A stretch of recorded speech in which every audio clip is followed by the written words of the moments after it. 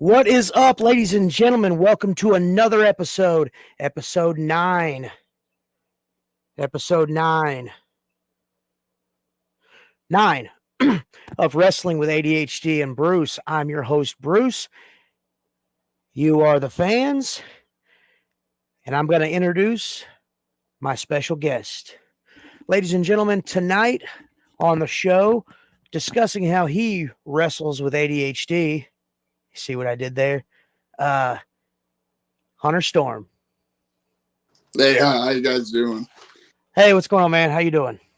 Oh, just living the dream, dude. Living the dream. Living the dream. Hey, how you guys doing? I hear that. Hey, what's going on, man? Hey, sorry, guys. That was me adjusting my privacy settings so that everybody could that's going to comment can comment on my in the comments section. All right, so I don't know if you'll be able to see the comments. You may not, or you may. What I'll do is, as they come in, and if they come in, I will. I'll pop them up in the at the bottom, right below, right above where that little ticker is doing its thing. Yeah, I got a little drop down for chat too, in case I need to see it. Then it's there. Oh, okay, cool.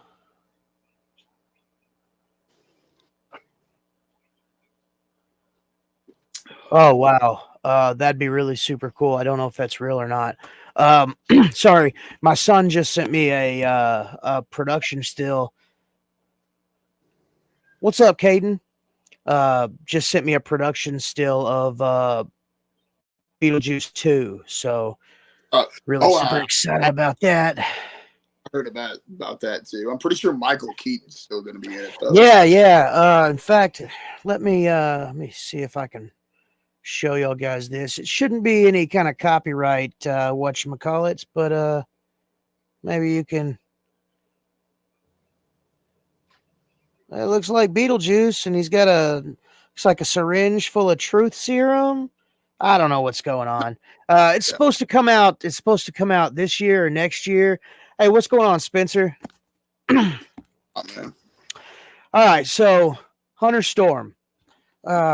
This is your time to just tell us all who you are and where you're from and what you do, and share as much as you want or as little as you want, man. It's entirely up to you. I try to give this opportunity for guys to to share all their socials for like social media and stuff, and if they if you can score a couple of likes and shares and follows from this, sweet. Yeah, absolutely. Well, like you said before, my name's Hunter Storm. I was actually born in Poplar Bluff, Missouri, but I was pretty much raised in Michigan my whole life. I was diagnosed with ADHD around the time I was about 12, 13. And went to, just kind of had a regular childhood, I guess, if that's what you want to call it.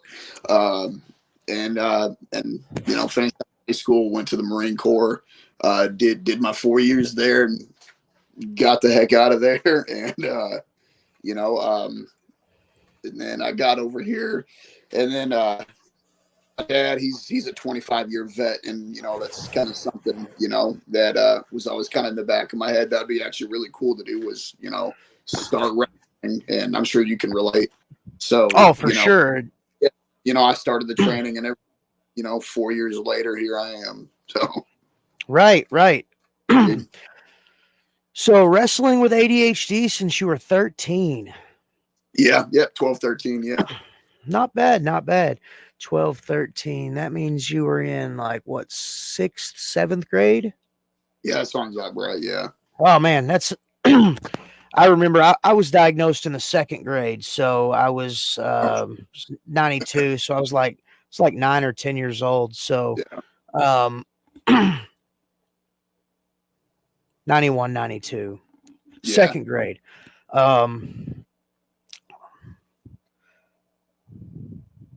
No, that can't be right. Anyways, there's that little tangent thing. I didn't go to math school. I don't know. Right? Marine as well, so math is not my strong suit. No, I relate to that one, dude.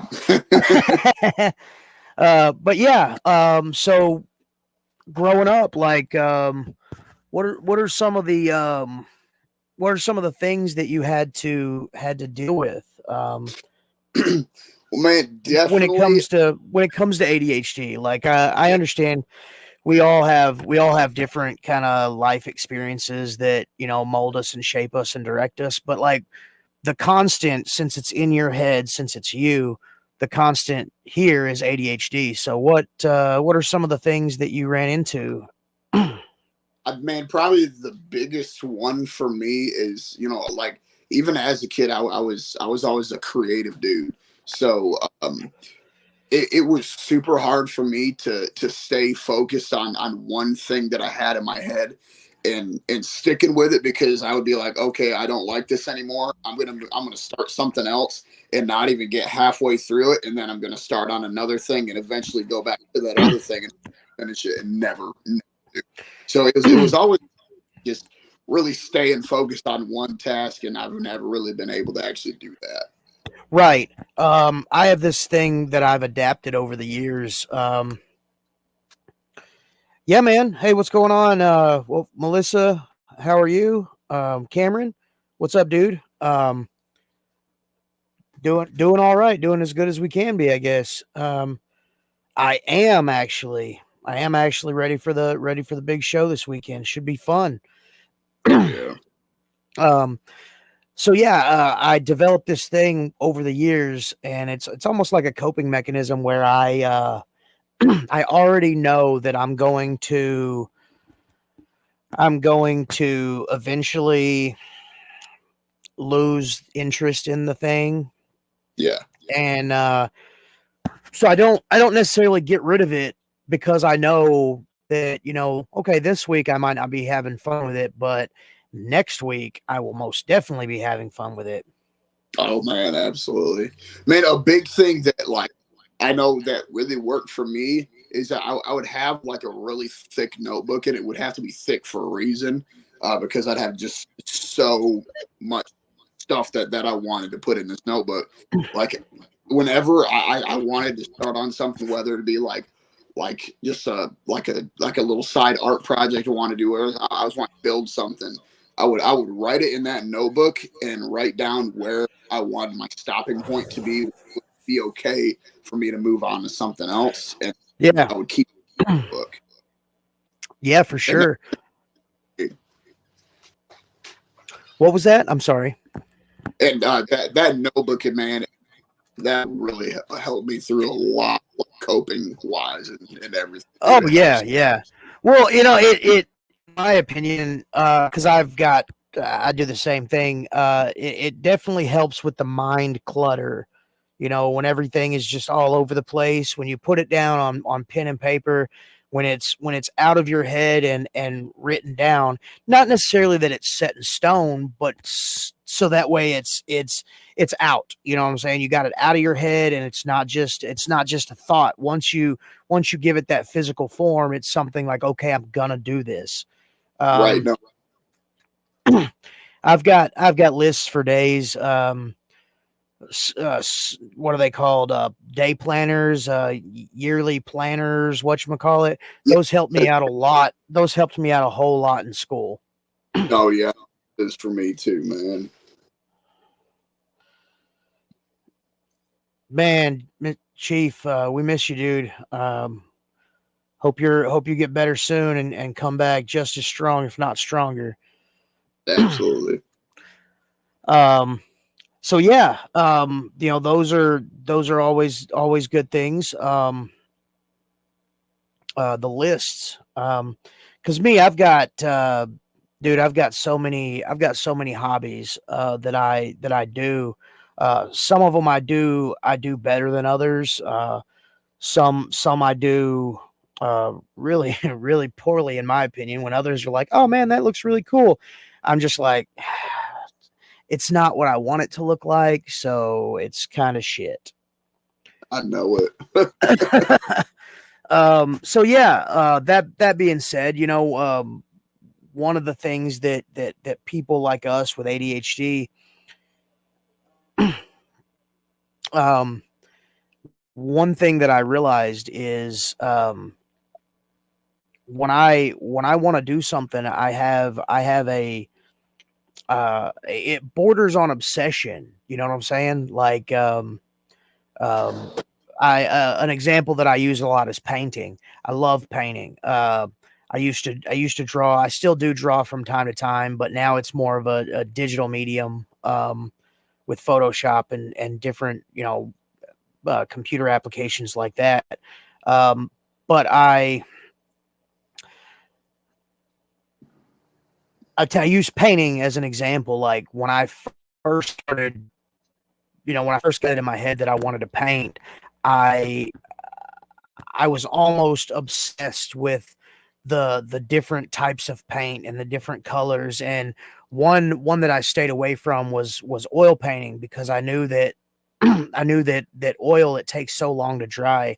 You almost have to do it in layers, and you have to do it over a period of time. It's not something that you can just slap together. And unless you've got a technique, like I watched Bob Ross, and that guy, he had Cool. a he had a wet on wet technique that I could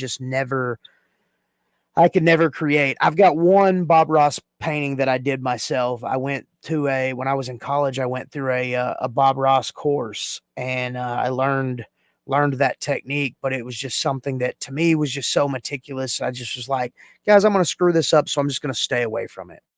And the thing about like that style of so detail oriented that it's so hard to be able to like I don't even want to say copy it, but mimic it. Well, no, yeah, and that was the whole thing about the Bob Ross seminar.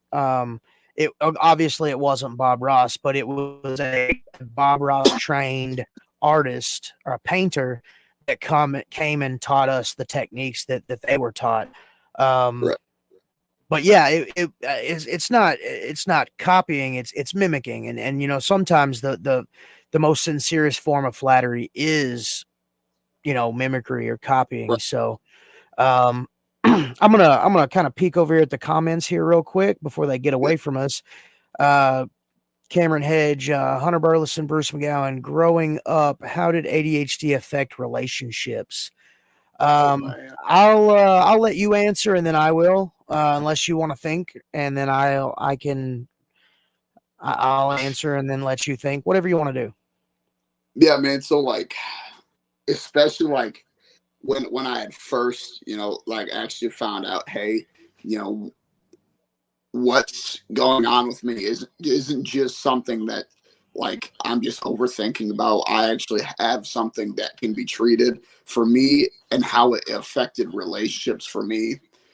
I would constantly have this thought in my head like, oh hey, are they like are they really my friend? Are they really like who they say they are? And I would constantly um look for different avenues to, I don't even want to say judge that person, but to really figure them out. Because but that could honestly also be a mix between with the whole schizophrenia problem I talked about earlier. Yeah. It could even mix between those really. For me, Well, maintaining relationships is kind of hard. oh, for sure. Well, the longest relationship that I've ever been in, I'm still in. Me and my wife just celebrated our 22nd year of being married. And Congratulations. thank you. Every day, to me, every day is it's a new adventure, and not in a bad way. It's me figuring out how to keep things new, because I'm not, and this is not me talking bad or making fun of marriage or relationships in general, but I look at it, I go into things like that with my ADHD brain. I go into it like a hobby. Yeah.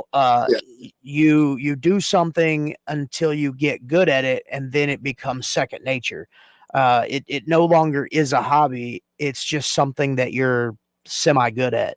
And I'm not saying that I'm always good at being married, because sometimes I'm not. Sometimes I'm shit at it. But the repetition, the repetition, and the dopamine that I get from that um, hasn't gone away, and I don't really see it ever going away. But it's one of those things where you just figure out ways to make it work. I get what you're saying along the lines of like friendships, those type of relationships.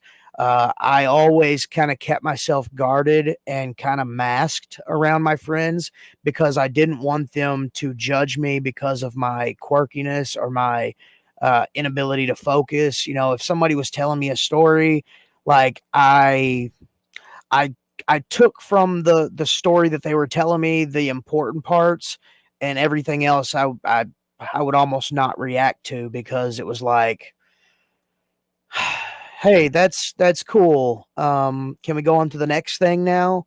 But again, those friendships friendships don't really work out that way. So you can't just kind of rush them along. You have to just let them get what they're going to get out, and you just kind of have to be like, Just there for man. do what? You're just there for the ride, dude. Yeah, you're just there for the ride. And don't get me wrong, like there's sometimes where me personally, I act like I'm engaged, because that is the thing that you're supposed to do as a quote unquote normal human. I don't classify myself as a normal human, but that's kind of the thing that you have to do. You have to act normal, or people are like, something's wrong with this guy. So yeah, Cameron, relationships, man. ADHD affecting relationships. It's for a lot of people, it's, I wouldn't say a struggle, but it's a task. And most tasks, even struggles, most tasks can be completed and effectively navigated. But it's one of those things where a lot of the times your emotional connection to somebody kind of outweighs your chemical wiring in your brain, and you just do what you have to do to keep that relationship. If it's something that you feel is important, you figure out a way to make it happen. Oh, definitely, dude. Man, I know for me, I think I've been in 10 days. Me and my wife, we will been together for 4 years, and Awesome. yeah, dude. And, and man, it's like she doesn't deal with any of the ADHD stuff. So I know for me, what is the most challenging part about it is staying comfortable in the spot that I'm at. And Yeah. yeah. So for me, I'm always wanting to know. All right, so what's the plan from here on out? And I don't focus myself on, hey, we're in this moment right now, so let's enjoy it. I wish I could be, but I'm not. So I'm constantly worried about, okay, hey, how are we going to do this? The next time, how are we going to do this tomorrow? How are we going to do this the next day? You feel me?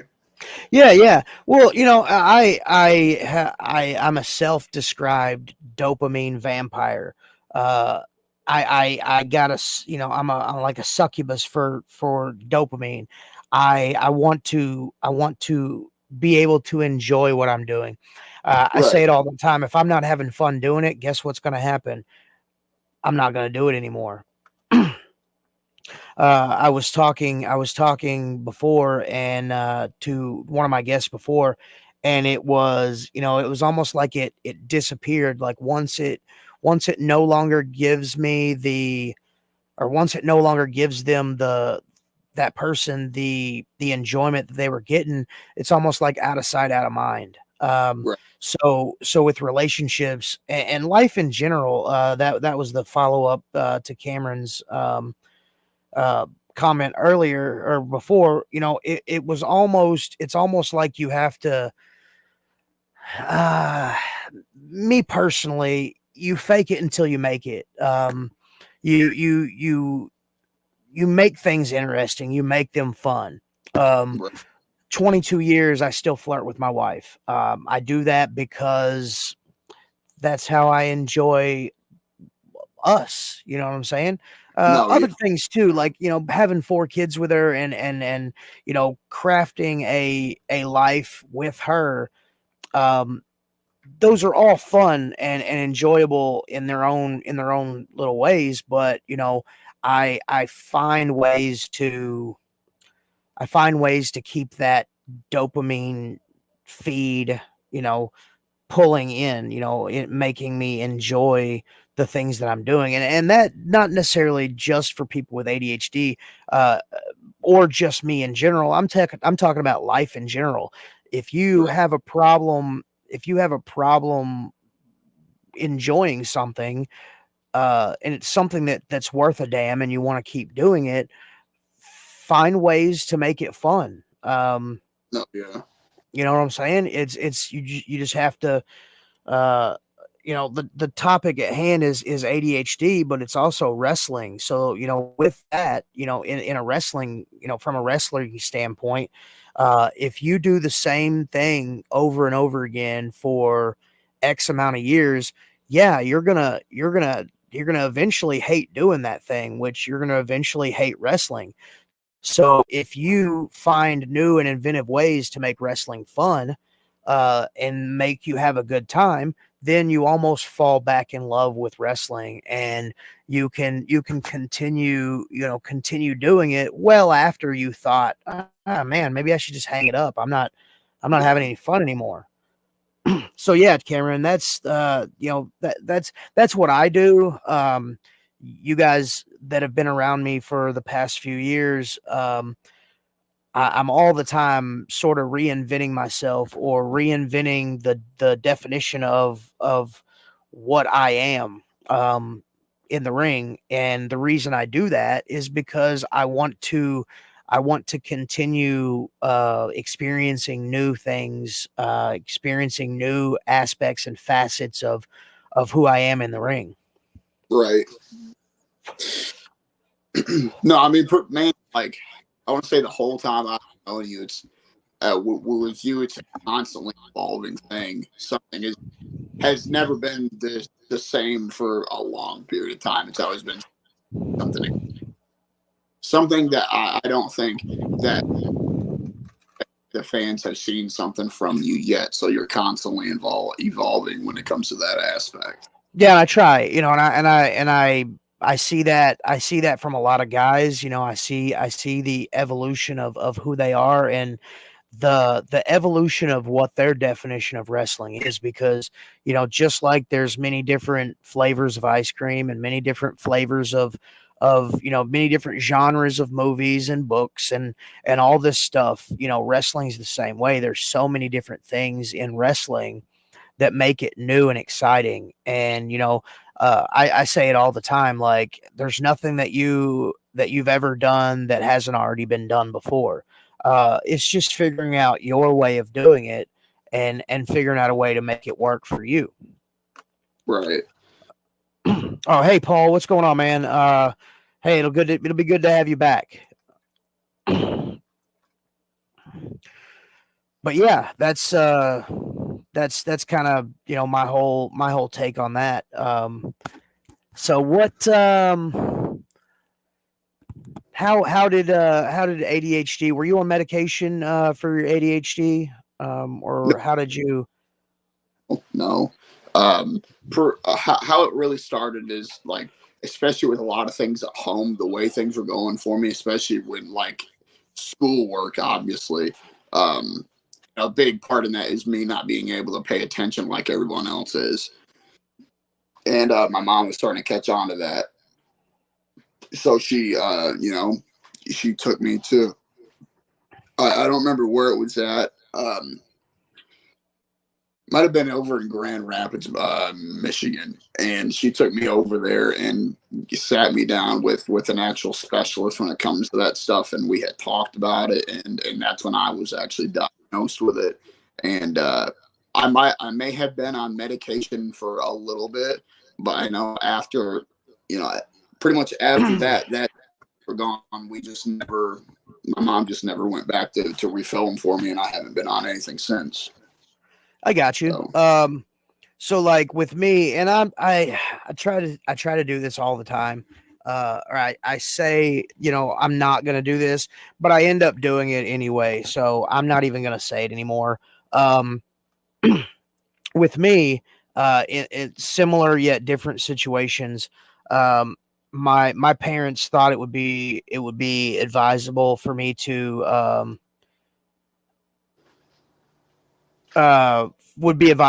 take medication, and one of the first medications I took was Ritalin. And I started off at a really low dosage, 5 milligrams once a day. And then it bumped up to 10 milligrams, 5 milligrams twice a day. And then, 15, and it just went up, from the second until about the ninth grade. I was going to join the ROTC. I was living in Millington, Tennessee, and I was gonna join the ROTC, and the guy that I talked to was like, "Hey, shows that you're on medication for ADHD. Just to let you know that if you plan on joining the military, or if it's even a thought in your head, if you want to keep that option open, from the ninth to the 12th grade, you cannot be on any medication, because that will disqualify you." And I was like, well, I want to keep my options open because I wasn't the best student,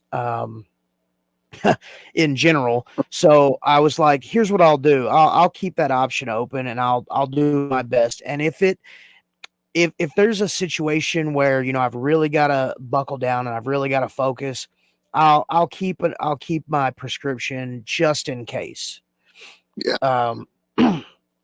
So, 9th, 10th, 11th, I pretty much just used the bell in between class to as an alarm clock to wake me up to go to the next class.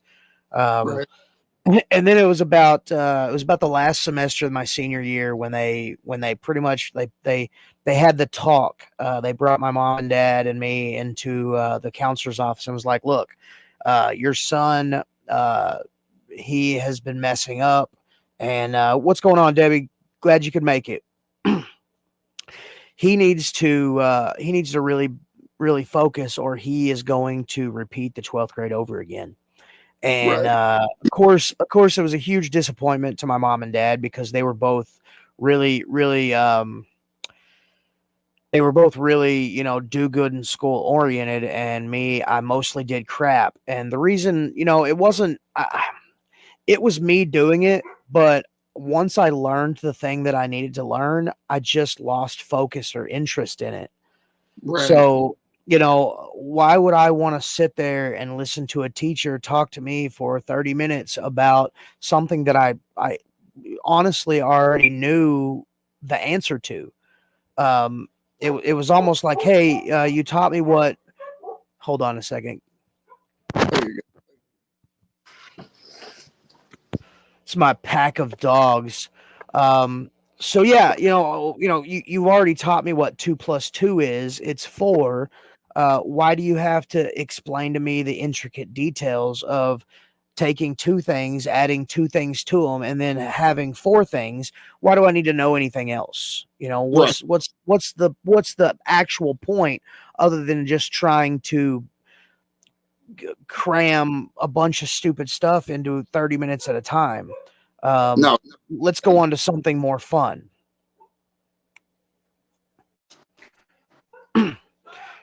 We are doing great, Debbie. If you haven't noticed, I've got Hunter Storm on here, and right now we're listening to a rousing rendition of a history lesson with Bruce. But we're supposed to be talking to Hunter. But one thing that I've noticed is me, you, everybody that I've talked to that has ADHD, as many things as we have that are different, we are a lot the same. Um, a lot of, we may have had two different walks of life. We come from two different places, um, two different childhoods, two different, completely different people, individuals. But one thing that makes us the same is our struggle with ADHD and our how we wrestle with it. Um, so so yeah, how was little things like homework or because I know with me I would do the homework, but then from the house to the teacher, if it got lost in my backpack, my bad. I did do it. I just lost No, interest. I know for me, a lot of it was, hey, I'll do one question and then I'll come back to it about 10, 15 minutes later and I'll do the rest of the homework later.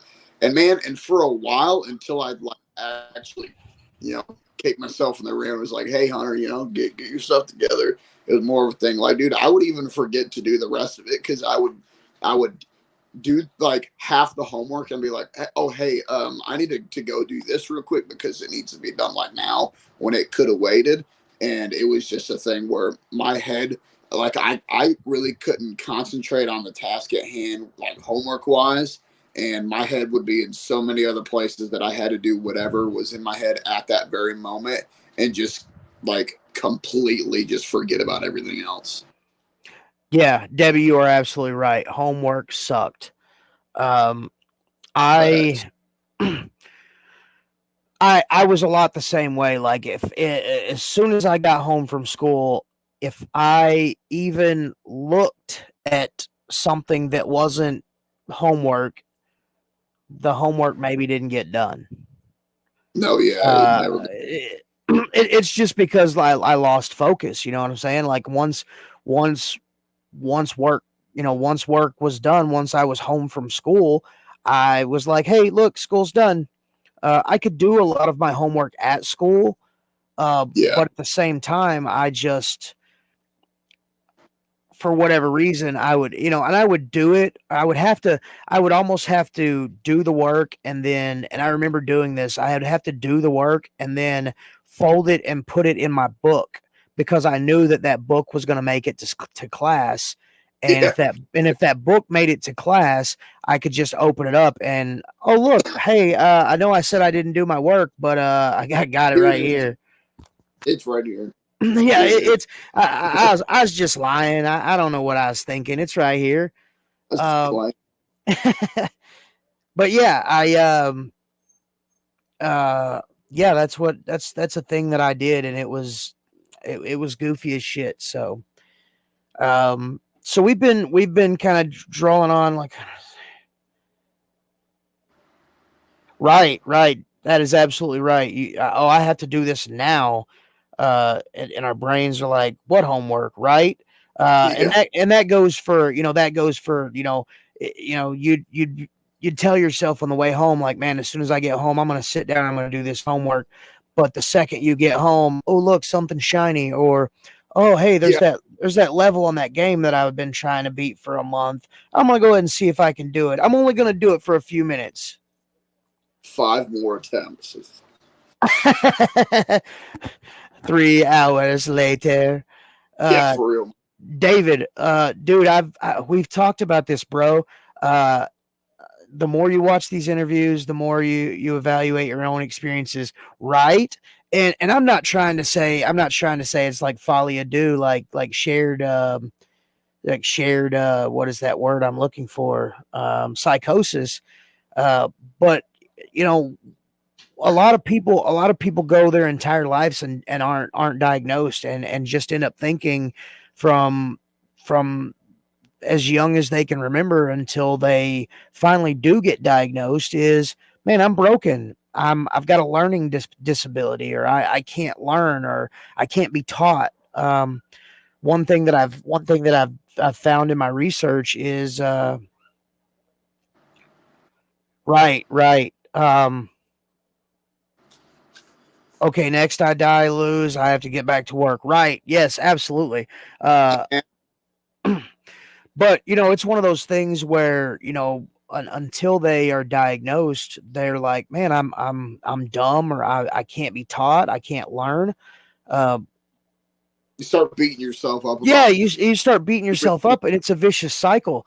I had a guy, who through wrestling, I've become really good friends with him, and he wasn't diagnosed. Uh, I think he was diagnosed like 10 years ago, and like he spent his childhood and early adulthood, um, knowing that there was something wrong, but not being able to put his finger on it, or not being able to say, hey guys, I want to do this thing, but my brain's telling me that there's should be some tapping noise because I'm going to get some enjoyment out of that. You know what I'm saying? Or just some weird thing like that. I've got a, it's not a fidget spinner. It's just a regular ink pen. Uh, but I've taken the little thing out of it, and, I I can still click it without ink getting all over my inside of my pocket. And sometimes I use that to focus. If I'm at work, or if I'm in a situation where I have to be focused, I'll click that son of a gun until my thumb is, sore, just to remain focused. And it helps me center myself, and it helps me to realize, hey, you got stuff to do, bud. Um, Pay attention. I know a lot of it for me was this could be with like literally anything, but like I remember being in school a lot, and I would have, like, let's say I had to go to the bathroom or something, right?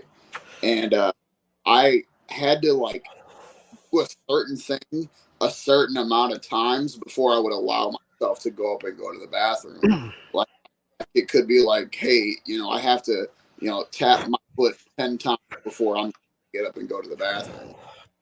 Weird, man. Oh, but Well, yeah, that sounds a little bit more like OCD, but at the same time, obsessive compulsive disorder, ADHD, obsessive compulsive disorder, to a certain extent, the spectrum of autism, they're all they all walk that fine line, and just right. just a half a step to the left or to the right, and you may have one or the other. But no, I 100% get that, and it makes lots of sense. Absolutely, Debbie. And Zach, Zach and Lydia, I'm not no selling you. I'll get to you guys in a second. But yeah, TV shows are the same way. I have almost sat until my bladder exploded because whatever I was watching was more important than getting up and going to the bathroom. For real, Um, man. um, I appreciate that. I really do. I have a lot of fun doing it. I know it's not wrestling, sort of, so to speak, I mean, but but it it's, is though. It's oh, it totally is. It's yeah, entertaining, and it's fun. yeah, yeah, right, yeah. So yeah, and I'm sure Hunter, you've had some experiences with that too. Like, you're so singularly focused on one thing that a lot of the other stuff just kind of falls to the side, and you don't think about it as much. Oh, absolutely, man. Because I know, actually, because because I was getting a lot of advice from you from it actually, because when I was wanting to starting to learn how to make masks and stuff like that, I would do it for a while, and then I'd get to a certain point, like, you know what, I don't do this anymore. I want to do something else, and just completely forget. I have like 4 different pieces in my closet that I'm halfway done. Right. I've got several different gear designs that I'm working on, that are in various stages of completion, Yeah. because, like, in my head, and that goes for my artistic side. In my head, I have an idea of how I want something to look. how something has to look. You know what I'm saying? Yeah. And if it doesn't look like that, then I'm going to either keep working on it or I'm just going to trash it because one, I may not have the means to do it, and that really bugs me. Or two, I may have gotten to a point where if I continue, I'm just going to screw it up because obviously I call it losing the artistic touch. Not necessarily losing it, but the artistic touch has gone away. So I need to take this thing that I'm working on and I need to put it to the side because eventually I'm going to pick it back up and then the juices will be flowing and everything will be where it needs to be and all the pieces will fall in line, so to speak. Man, a big thing I do, especially like with gear or anything else, I'll be at a good pace where I'm almost done. It's like, hey, this is starting to look really good. I'm happy with how this looks. I'm being like, but it could use this as well, and I want to add this. And when I do add this certain thing, I just ruin the whole thing. Right. And well, what I do is from time to time, it ends up completely ruining it to where I can't go back and correct it. You know what I'm saying? I have to completely wipe the slate clean and start new. Yeah, it's very frustrating. Yeah, Debbie, like I said, I have several hobbies. She wants to know if we've tried putting it towards like projects like model cars and stuff like that. The problem with me, and I'll let you answer first. I'm sorry. This is Wrestling with ADHD and Bruce, but this is not about me. So go ahead. Good man. Like model cars, probably not, because I'm not that like I'm not that detail oriented with everything. I mean, in my head I am, but like physically, no. I mean, for the most part, like I do like to put my ADHD tendencies into like a certain project. Like for the most part, it's the masks and stuff like that, or like building something for my son or something like that. Because I'll be racing in my head. I built them like a tool set the other day. Oh, right And on. like it just something like, oh hey, I feel like I need to do this in like now. And that's something I feel like Ashley doesn't quite understand to a certain point. Like if I want to do something, it has to be done like at this moment in time. Right. Everything else be damned. This has to get done. This is getting done immediately. Well, and that goes back to I think like this is just with me. That goes back to the hyper focus. You know what I'm saying? That goes back to the if I don't do this thing, I'm going to lose interest in this thing, and then the thing will not ever get done. Right. Yeah. Absolutely. So I think for people that and this is just my advice. This is not like scientific fact or proven or anything like that. I think for people that are living with somebody who wrestles with ADHD, in general, I think it would be best to just almost let the thing, like, don't get me wrong, like important stuff. If the house is on fire, not a good time to be painting your masterpiece, or something, a pipe bursts and water's everywhere. Probably not a good time to customize that next beautiful piece of wrestling gear. Right. But that being said, like if there's no real pressing issues, the best thing you can do for somebody with ADHD is to just sort of let them do their thing, because once that thing is done, then everything else comes. You know what I'm saying?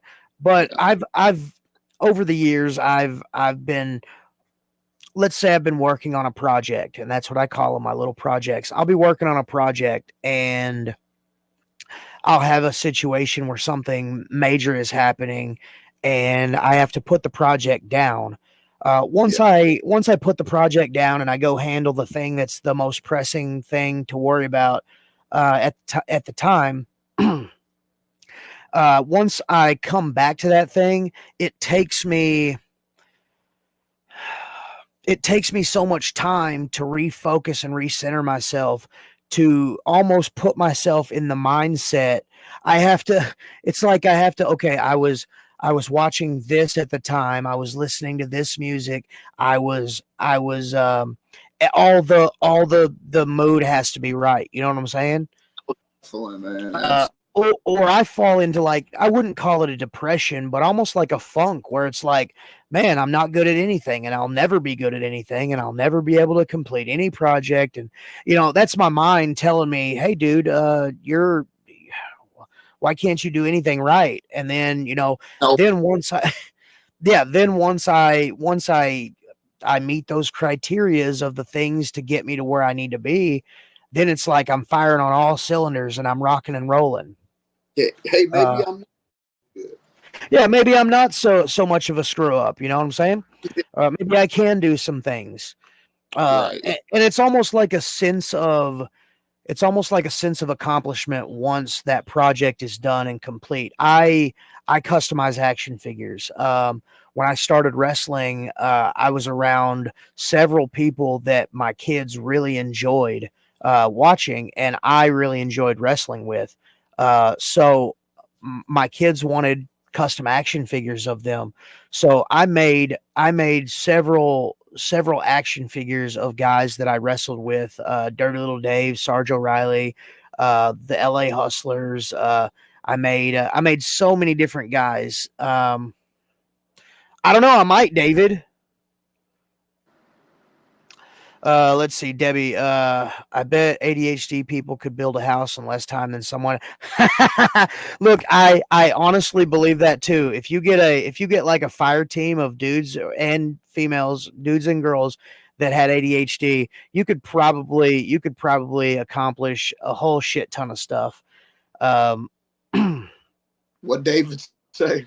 he said, "You're gonna let Hunter talk," and then he's just laughing at me now. Hey, man, David's an a-hole, man. uh, no, I don't think that he is at all. No, really at all. But no, it's one of those things where, just curious. This question is for both of you. Your last matches you had, did your ADHD mess with you during your match? Go ahead. Oh man. The last match I had is, what was it? Oh yeah, I remember now. Yeah. So what I'm doing currently is something that I'm not used to doing really whatsoever. And the whole thing around it is so new to me. But at the same time, because this is so new to me, it's exciting. And it's something I've never done before. And like I said, it's exciting. So I really get to, jam my creativity into it. But when it's something that I've been doing for a minute, it's almost like I start to get bored of it to a certain extent. But what I'm doing now, since it's new and it's fresh, I can put everything I have into what I'm doing right now, and with it to a certain extent, if you know what I'm saying. Yeah, absolutely. My last match was an ADHD fueled fever dream. I absolutely loved it. It to me, it had wrestling, it had storytelling, it had creativity and costumes, it had theater, it to me, it encompassed what wrestling is to me. Yeah, Hunter, listen to this. It's called Evolution. That's Uh, that new thing that you've never done before, that's really exciting, that you really get to put your creativity into and build it, that's evolution, man. That's getting out of your comfort zone and doing something new, and then finding out, holy shit, I'm really good at this. it is a change of fact David's an a-hole, but Right. I will agree. And he will probably agree as well. He said he's really proud of you. Thank you, man. Thank you. So now is the part of the show where I'm just going to ask questions and I'm going to let you answer them. Yeah, So yeah. David, this is where I let Hunter talk now, David. He takes it back. He said I take it back.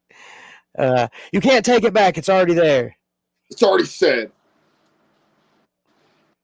No dying allowed on the show. LOL. Well, there's already a dead man on the show, and he's possessed a werewolf. So, if that gives you any insight into what I'm currently doing, people watching, Don't 3 times. he's not an a-hole. It's almost Look, 9:00. You can say ass, David. All right, so let's get into the ADHD questions. yeah. First off, I've came up with these questions, and it doesn't matter who I talk to, they always have been answered or can be answered one after the other. One answer will lead into the next question. Right. And if they have been answered, you can expand on them. So, question number 1, how did having ADHD affect you growing up? Oh man. Kind of almost to the same aspect that was hit earlier when Bolo had asked that question about like relationships, because growing up relationships were really hard for me, not only to maintain but to progress in them, because I was always like you said, I was always wanting that dopamine out of it. I was never really satisfied with things staying the same for a long amount of time. I always wanted something new, or I wanted something exciting to happen. And even saying to as where like, and as a kid, I wanted bad shit to happen so it would be exciting. Right, right. That was just David saying he had to bounce. He's catch the replay later. Bye, David. Have fun. Tell Tab and everybody and Fred and everybody that we love them. No, I completely agree. You had to, you want to make things new and exciting, and when bad stuff happens, there's that intrigue, there's that dopamine of how do we fix it. Right? Yeah.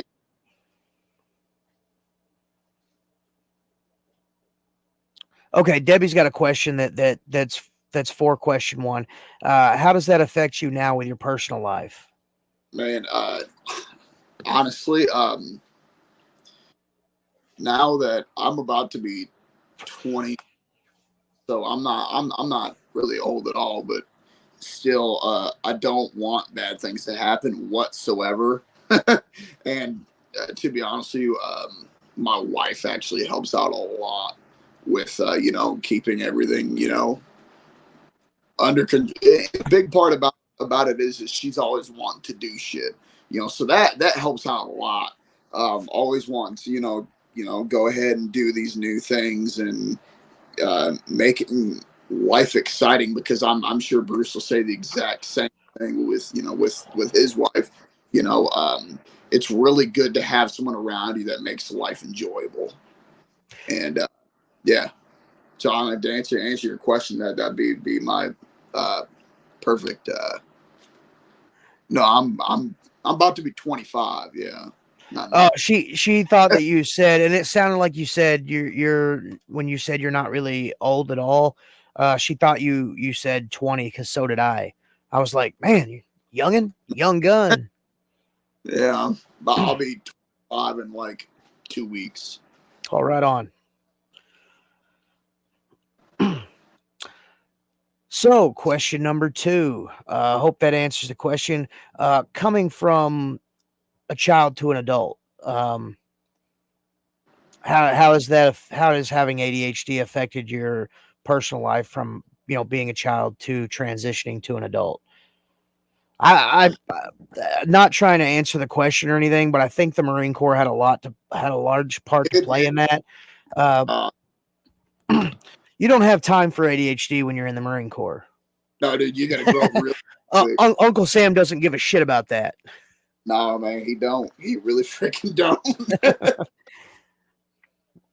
No, man, that pretty much, sums that question up. Really is, like, yeah, my childhood did have my times and everything like that, and um, the sad part about that, I feel when you like ADHD, a support system is like 90% of what you really need, and I really didn't have as much, as I would have liked to, so that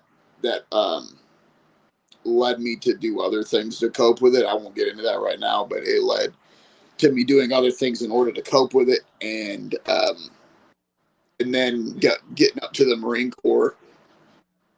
It, like you said, you don't have time for it.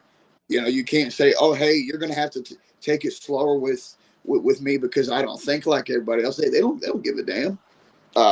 You know.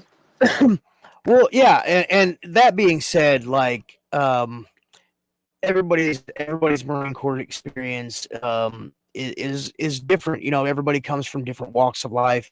Everybody's Marine Corps experience is the same and yet different.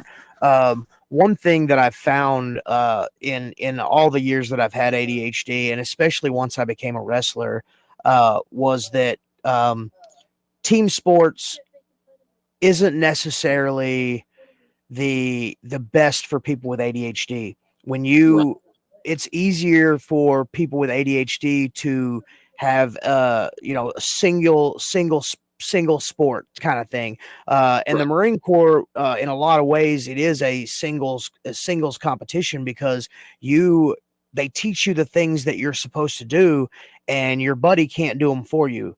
You have to be the one to make those changes. You have to be the one to do those things. It's not graded on a team effort. You know what I'm saying? Now, after hey, can you stop making fun of me? Yeah, I keep saying because I've got problems. I've got problems. Okay. Anyway, now that's the wife making fun of me. Oh yeah. It's a never-ending struggle in the McGowan household, in the Warwolf pack. Anyways, so yeah, it's the Debbie, my wife's making fun of me. It's cool though. We make fun of each other. That's how we keep things new and exciting. It's like a 24 hours a day, 7 days a week roast. Debbie said that birthday chops are coming your way from David for calling him an asshole. No, he can take those somewhere else.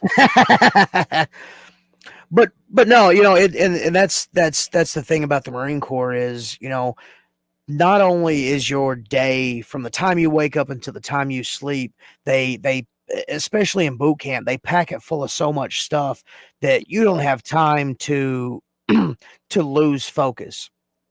And coming from a combat experience, when you're in combat, you don't have time to lose focus. You lose focus, you lose your life. Yep. So military in general, you don't have time for it. You really start to live and become an adult after your service, because then you're kind of forced to be an adult. Not that you're not in the military, or in the Marine Corps in general, but there's no accountability but your own. So when you get out, it's almost like when you turn 18 and you move out of your house and you go get a job and you look, Dad, I'm an adult. Well, after the Marine Corps, there is nobody that's looking at you saying, hey, you got to do this, then you got to do this. It falls all on yourself. See you later. Yeah.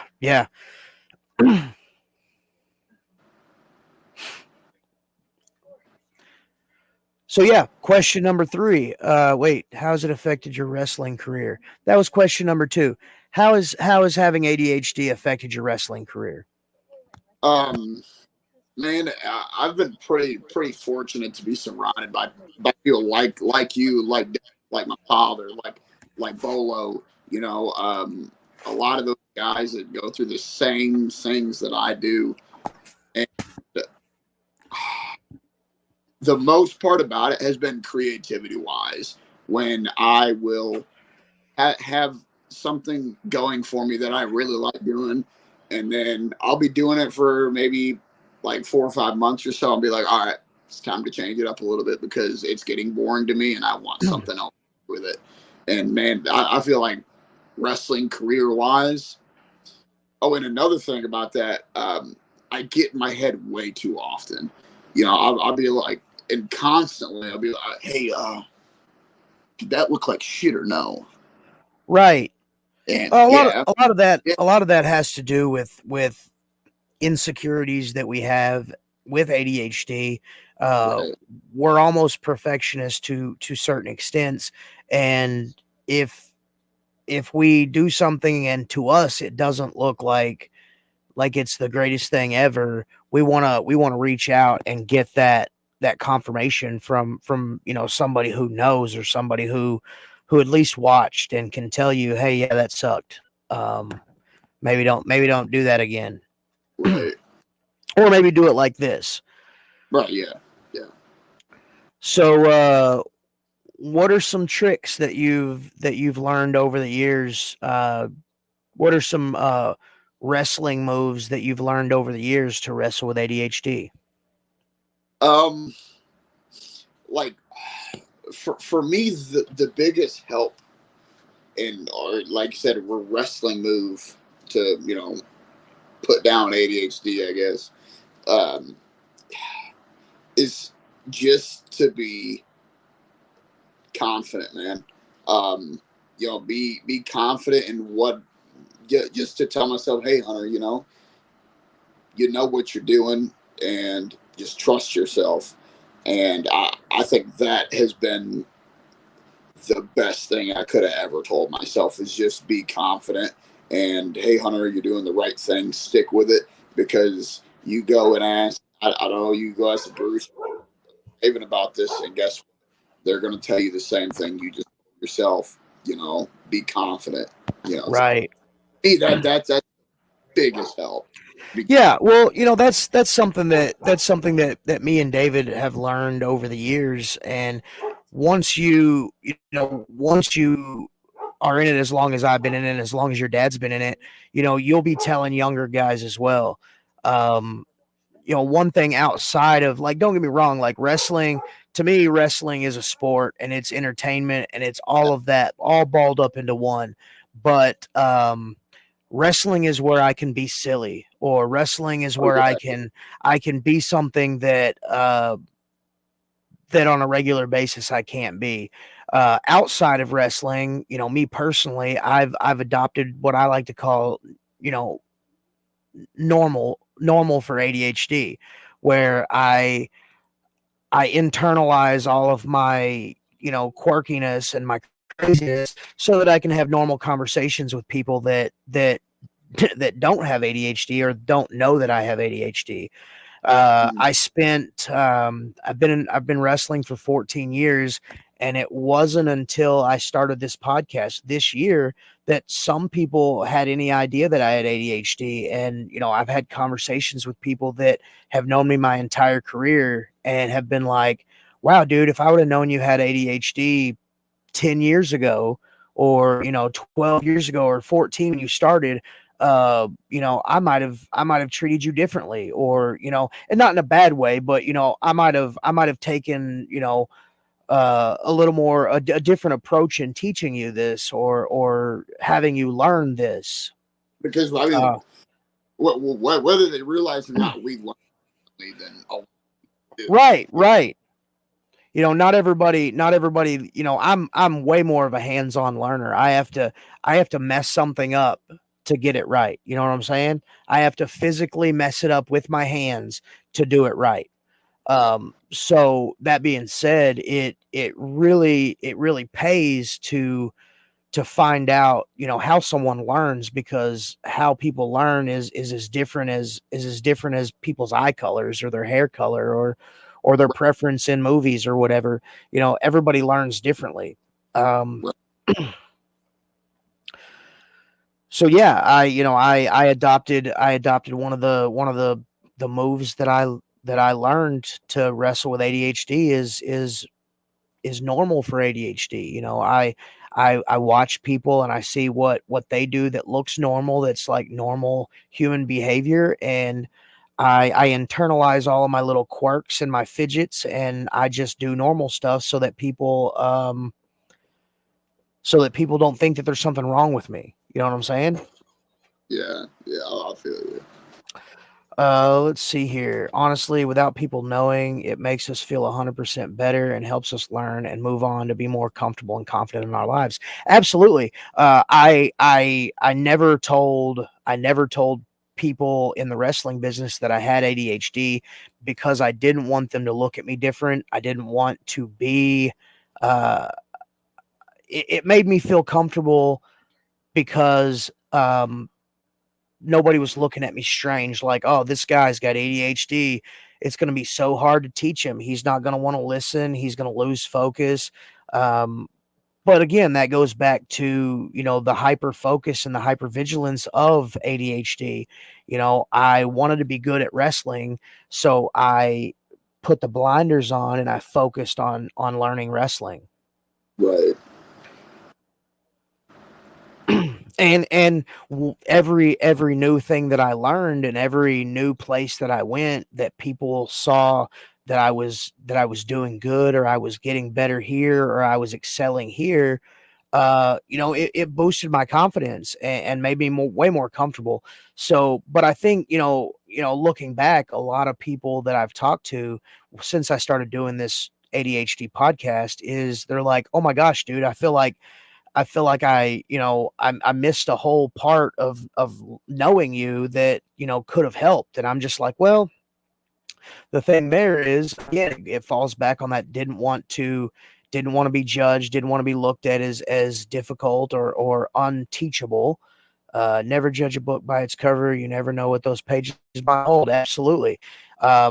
But that's the thing, I wanted to put on a normal face, and I wanted to learn like everybody else. So, I just kept that to myself. And, over the years, I took several ass chewings in wrestling.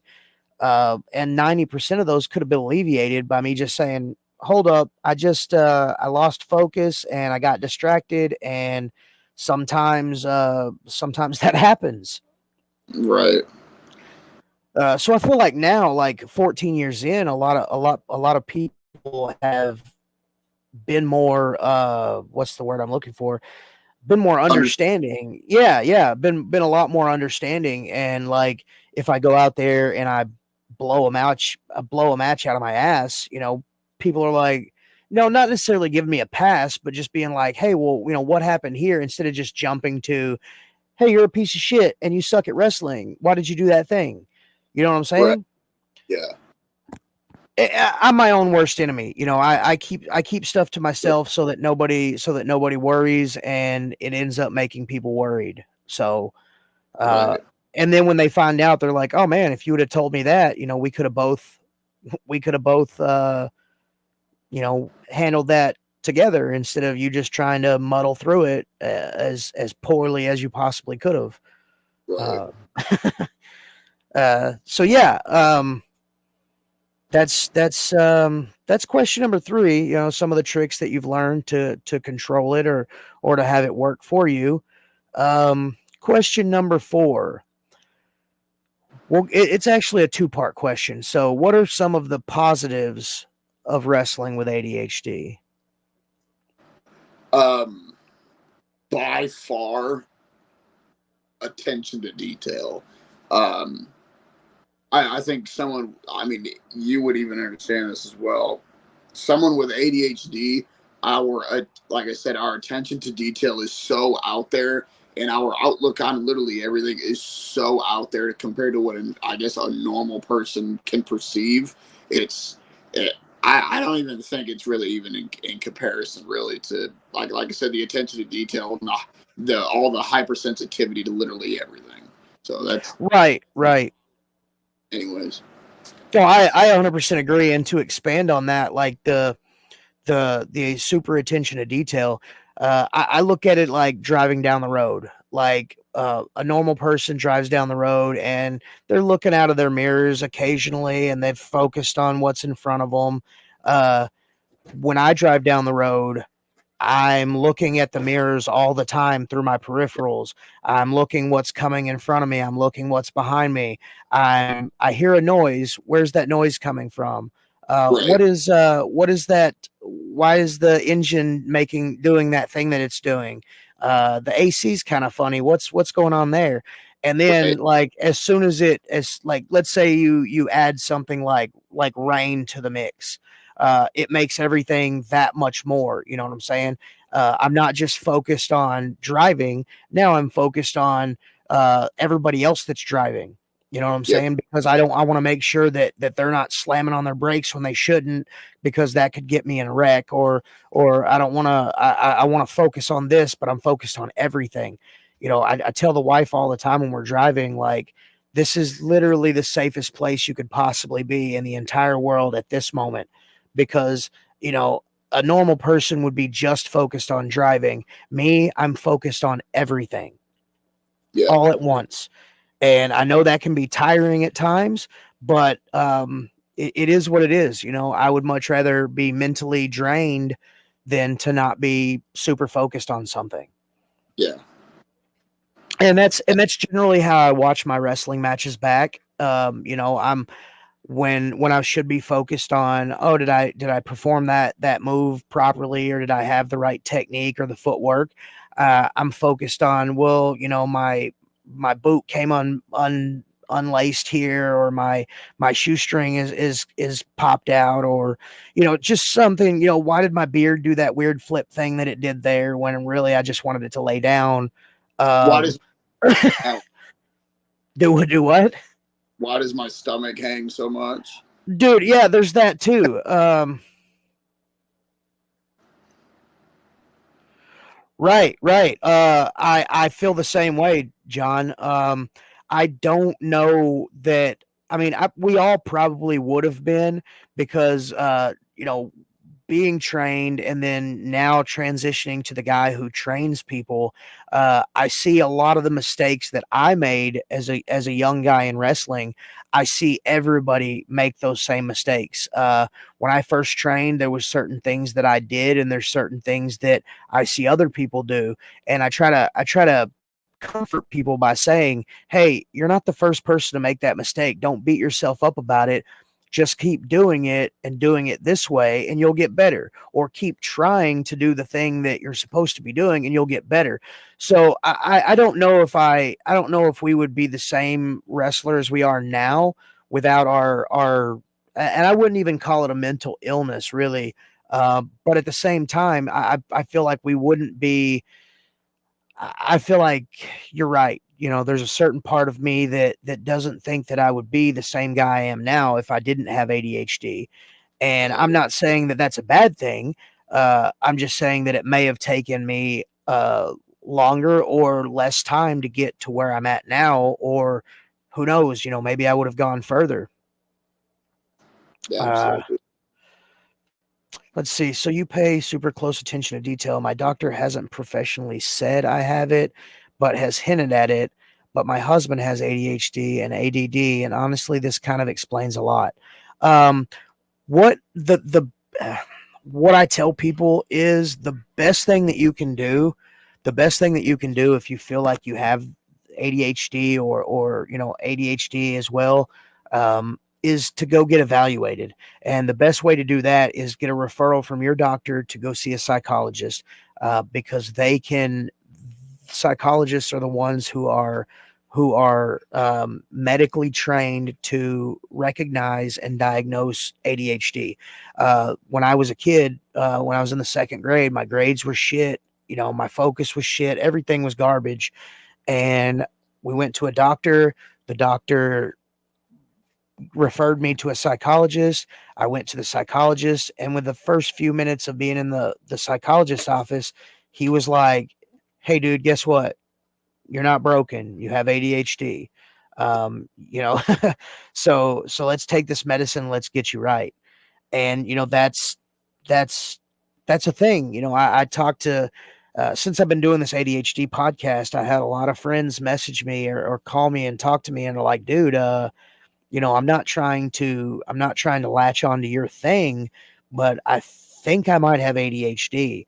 And I'm like, just go get tested. The worst they can say is you don't have ADHD, or the best thing they could say is, hey, you don't have ADHD. Um, depending on how you look at it. But yeah, uh, that's just a thing. I've got 4 children, and out of the 4 kids, my oldest son has ADHD, and he's got a pretty good case of it. So, that being said, you know, 1 out of 4 ain't bad. Yeah. Sorry, my daughter was saying something to me, and I can't. Oh, No, they don't call it that anymore. yeah, they don't call it ADD anymore. ADHD. The DSM-5 classifies it as ADHD, attention deficit hyperactive disorder. Sorry. But yeah, my second son, Caden, he was diagnosed when he was a kid as well. So look, 2 out of 4 ain't bad. I've got some friends that are girls that have ADHD, and it's weird, but like for girls, it's the same but different. Right. So I don't know if that makes any sense or not. It's same but different. Same but different. Right. So yeah, okay. Part B to question 4. What are some negative side effects of wrestling with ADHD? Yeah, I mean, in my opinion, honestly, the positives just have the exact same effect as the negatives, because you could be paying so close attention to that detail that the most important thing you miss is fun. You know? And in a nutshell, I think that would be my honest answer, is just missing out on the fun part and being so hammered into everything that you, as someone with ADHD, thinks is so important, but nobody else sees it. And you're just like, oh, hey, my foot was not at the right freaking angle when I went to go lock up or something. My foot's in a weird spot, and you're missing the fact that, hey, the fans are really enjoying this, and you're missing all that. You know what I'm saying? No, I completely agree. For several years, I did that. I was so hyper focused on making sure I did everything the right way that I've said this for years. I love every single thing about the business, even the shitty parts. But I I hyper focused on the details so much, and even more when I messed up the little details, that I was in my head, and I didn't realize that, hey, I'm a wrestler, and I'm getting to do cool stuff that people don't normally get to do. Right. Yeah. So yeah, I could see that as a negative. One thing that I used to do, and I don't do it so much anymore, is I was so super focused on everybody's little inside baseball. I was so super focused on everybody's spots that I would end up messing up my own or missing my own spots, because I was so worried about making sure I knew what everybody else's spots were. Right. Yeah. And dude, that got me in trouble so many times. And when I say trouble, I don't mean like, you're fucking fired, Bob. It was, really just butt chewings from guys that I looked up to. And all I could tell them was, hey man, I'm sorry. I was so focused on everybody else's stuff that I forgot my own. Man, I know there's, man, I think you've told me it a couple times, is that when I'm out there, I worry about the next spot too much, and that's one of my biggest things is I need to focus more on what's going on in the current moment than I do in the next spot. Right. Well, and that, that right there, it's almost a double-edged sword, because you want to know what's coming up next, but at the same time, you don't want to rush into the next thing. You want to be in the moment.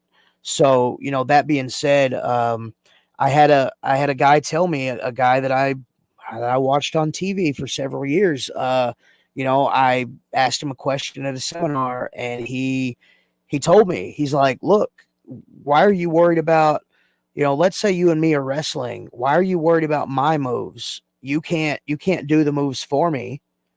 Right. The only moves that you can do, and the only ones that you're responsible for doing, are yours. If I forget my moves, that's on me. Right. So Yeah. if you forget your moves, man, that's on you. That makes you look like shit. So the best thing you can do, and the only thing that you're ever asked to do, is just call your own spots. You know what I'm saying? Just handle your own spots, because it's really on the guy that you're in the ring with to know his. Yep. And I was so, like I said, I was so super focused on everybody's spots that I ended up shitting the bed and forgetting my own. Yep. So, for him to tell me that, and that was, man, that was like 4.5, 5 years ago. I'm a completely different wrestler now than I was back then, because I took it to heart, and I realized that, you know, I can only be responsible for what I'm doing, not Yep. the guy that I'm in the ring with. That's on him. And if we're both professional wrestlers, we should be doing that. Oh, I like this one. Debbie wants to know, where do you see your wrestling career going forward right now? Uh, Hunter Bolo, new tag champs, waiting to see what happens, hopefully. I mean, man, for me, what my whole mission in this is first, to create my own legacy, not just my eyes, but my father's a vet at 25 years. I want to I want to do the name proud in that aspect too. But man, I want to have that effect to where when people go home, the the the kid's still talking about it. The kid's still talking about me.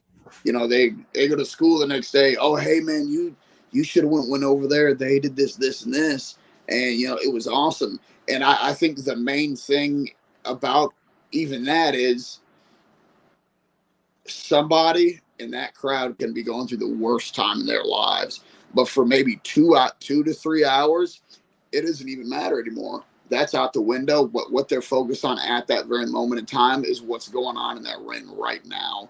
And that's the type of legacy that I want to leave behind. And if I get somewhere with it, great. That's everyone that's doing this. That's everybody's dream, is to get somewhere doing it. If it happens, great. If it don't, I at least had fun trying. You know what I'm saying? Right, right. The journey is much more fun than the destination. uh Tyler wants to know when the clown gimmick is happening. Man, that was something that is in my mind, and hopefully I am able to do it one day. I hope, like I said, I hope I'm able to do it, but it's just one of those things that are back there, and I'm ready to do when the time's right. Right, right. Good answer. I like that. I like those kind of answers. Um so the last and final question before we bullshit a little bit. What is something that you would say to kid you? Like Oh, adult you right now comes up and just walks by kid you, before or after you were diagnosed. What's something that you would tell yourself? um, honestly, I feel like I would say to myself is accept things for the way that they are currently, and be the most, if you have to be that confident asshole, be that confident asshole, because it's going to do you a lot more favors than making somebody upset. Because at the end of the day, they're going to wake up in the morning and be over it. But that confidence that you have in yourself, that's going to last you for the rest of your life. And and me talking to my younger self with ADHD, it would be like, find coping mechanisms that work for you instead of what's been working for everybody else that that has ADHD. Find ones that work for you and you only. Find ways to better yourself in the ways that you know how. That's what I would say. Good. Great answer. I love these. I love the last question the most. Don't get me wrong. All the other questions, I really enjoy. I love hearing the answers to, but number 5 is the absolute best. And I say that, I say that because every single answer is different. But at the end of the day, if you stack all those questions up, every single one of them are equally important. You have, things, as you grow up, while you're growing up, you view the world through a different lens as you do as an adult, and Absolutely. things when you're a kid are so much bigger and so much more, what's the word?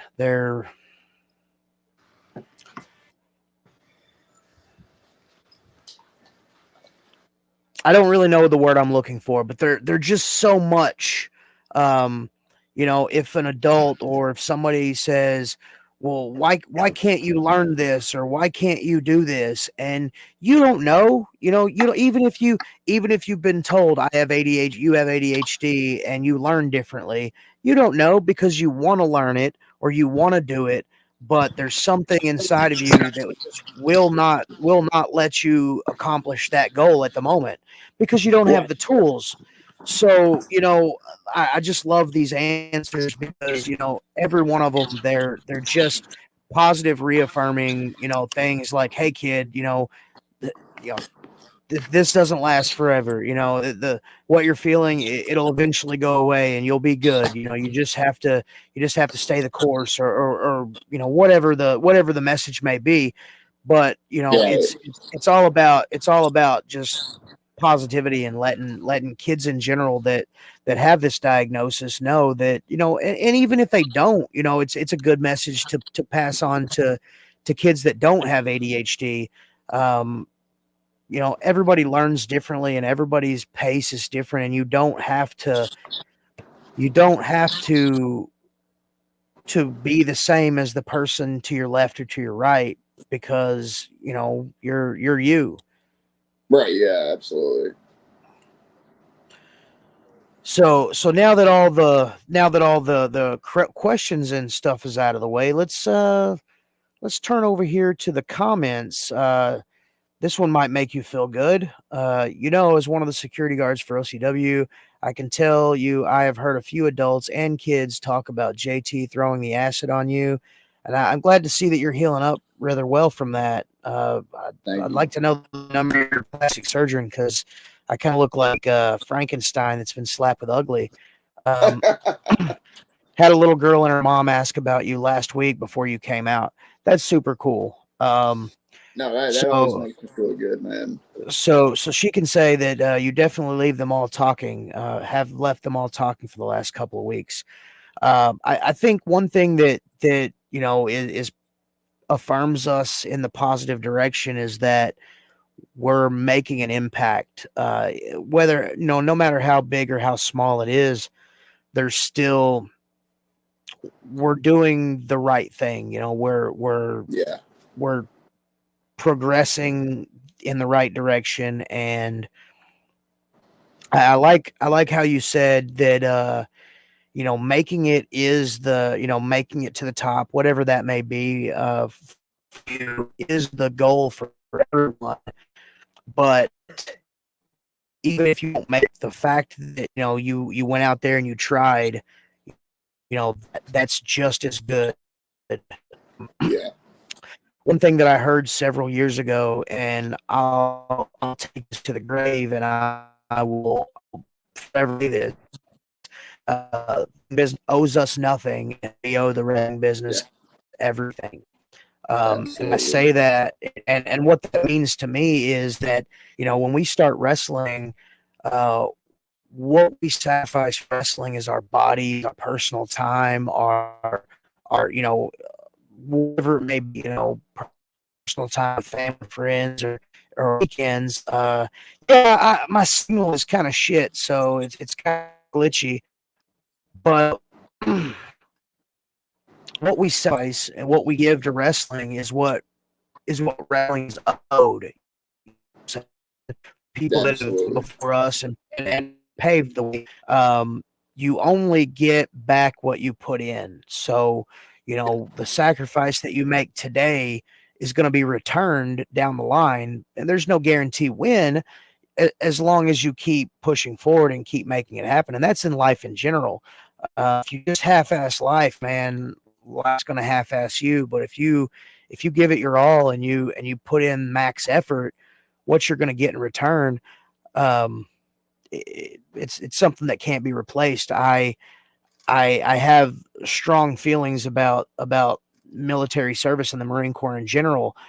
When I first went to boot camp, I never thought I was going to make it. And then when I did, it was like, holy shit, I sacrificed all of this, and what I got in return is a title that's mine forever. You know what I'm saying? Never be taken away from And never be taken away. So that right there, it kind of, in my opinion, that translates to wrestling as well. As much of my body and as much of my personal time and freedom that I've given to wrestling, I'm slowly starting to see a little bit of a return from that, because I've got so many people that look up to me, and I tutor and I mentor so many people that I feel like I'm starting to get that back. You know what I'm saying? Thank you, man.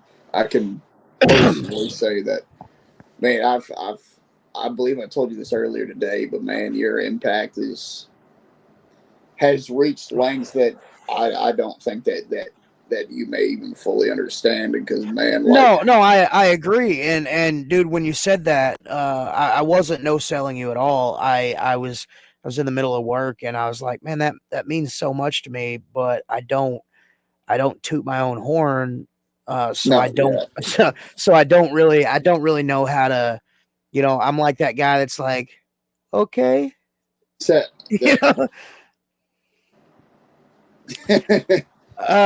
Debbie, yeah, to a certain extent, he'd already been wrestling when I met him, but I've tried to do my best to help him out as much as he asked for it, and I would never tell him something that would steer him in the wrong direction, because I want everybody to succeed and do great things, and I've got so much confidence, and I see so much potential that it almost forces me to completely forget about anything that possibly bad that could happen. I see a lot of good stuff in Hunter, and he's taken a lot of the stuff that and this is not me blowing smoke. I've actually seen a lot of the stuff that I've told him that he's implemented, and it's the reward is, hey man, you remember that thing that you told me a couple of years back? Well, I did it, and dude, it totally worked. And I'm just like, no, for real, man. it feels good, because like the guys that told me probably had that same thing told to them, and then when I can pass that on, it's like that keeps wrestling alive. These lessons that you learn, that you have positive confirmation that they actually work, those are lessons that you're going to pass on to the guys that you train, and those people are going to pass it on to the guys that they train, and it's just. I remember, man, one of the probably biggest things you used to tell me was, slow down. And man, I'm starting to do it, and I'm happy about it. Right, and I've seen that, because when I first got told, "Hey kid, slow down," it was just that. It wasn't, "Hey kid, slow down because of this." Hey kid, Right, slow yeah. down because of that. It was just, "Hey kid, slow down." And then a couple of months would go by, and I'd run into that guy that told me to slow down, and I'm like, I'm slowing down. Do you see it? And then I would inevitably get that, "Yeah, I see you slowing down, but I need you to get a little slower." And I'm like, Yeah, yeah, "Come on now." And it wasn't until a couple of years ago, actually last year, the year before last, I did a seminar, and the guy actually explained why you slow down. And I was like, "Oh my gosh, in 12 years it had never been explained to me like that." So it yeah, makes sense. It's not one of those things that's just like an empty critique, like, "Oh, if you slow down, you will eventually speed up," or some dumb shit like yeah. that. Like some Confucius type Yeah, like BS. some Confucius says, like I don't understand. Explain it to me. So when it was actually explained to me, I I do my absolute best to, when I tell somebody to slow down, I explain to them the reason behind it. It's not so much because you're just moving at light speed, but there's a method to the madness of slowing Yeah, down. And once I got that, then I was like, "Oh hell yeah, I'm gonna tell everybody this. It's not a trade secret. Like, we're all in the business, so everybody needs to know this." right, yeah, Uh, I don't care if you've been doing it for 80 years. Like, you gotta know why you're slowing down, because if you don't know right, why you're slowing down, you'll never know if you're slow enough. You know what I'm saying? right. Yeah, yeah, yeah, Until you physically until you physically if you until you do it yourself, until you slow down and you see that the reason you slow down is legitimate. You're like, "Oh, that's just some old dude telling me to slow down." You know what I'm saying? Like, you slow down, but you don't know why you're slowing down until you're told to. right, It's almost like, okay, so I explain like my wrestling training like this. Like, I didn't I was trained how to do the moves, and I knew how to bump, and I knew how to do the moves, but until I got with a guy who explained to me the business, I didn't know why I did those moves. You know what I'm saying? I right. Yeah, did yeah, them. yeah, yeah. I just did them. Right, So whenever I got with somebody who, not saying that the people that trained me didn't know, but somebody who had done more and experienced more actually sat me down and said, "Hey dude, this is the reason why you do this," or, in this situation you would do this and this because it leads to that and that. Then it was yeah, like, "Oh my gosh," the light bulb went off, and it's like, "Okay, now that I know how to bump, and now I know why I'm bumping, that makes me a better wrestler." Or, right. No, yeah, yeah. I know how to do this move, but now I know why I do this move. It almost finishes the equation, you know what I'm saying? Dude, exactly, man. And once you experience that, you're like, "Holy crap." Right. Absolutely. Well, and that's sort of why when we started the training academy, we included, myself, David, and Garion, because all of us had different experiences at different, we were all in different levels of our vethood, I guess, and we had all had different experiences in our travels, and we were able to give three different viewpoints for the same thing. You know what I'm saying? Right, And I love, and you're absolutely right, Debbie. When I watch Hunter, or when I watch anybody that's had some training by us, I see those shades of us in there, and so it makes me feel good that my version of wrestling, or that a version that I was taught is going to continue. So Right. that just means so much. It means the world to me. So I'm glad that you recognize it too. Um,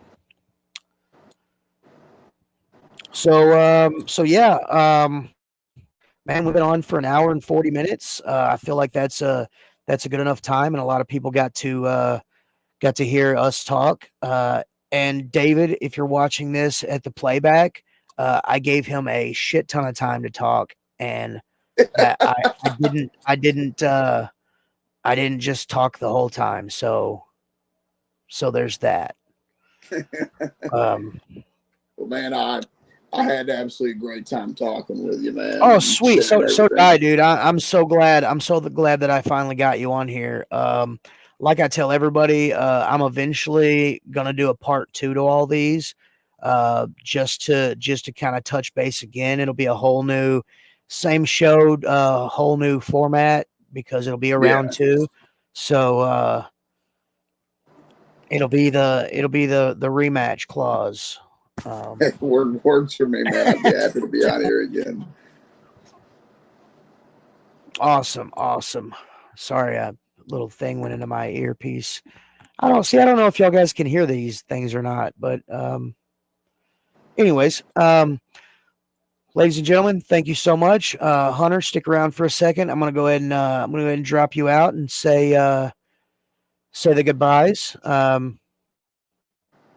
Thank you for being a wonderful sport and amazing guest. Absolutely, man. Thank you. Well, ladies and gentlemen, that was it. Episode 9, Leatherneck. Wrestling with ADHD and Bruce. I'm your host, Bruce. Love you guys. I will see you next show.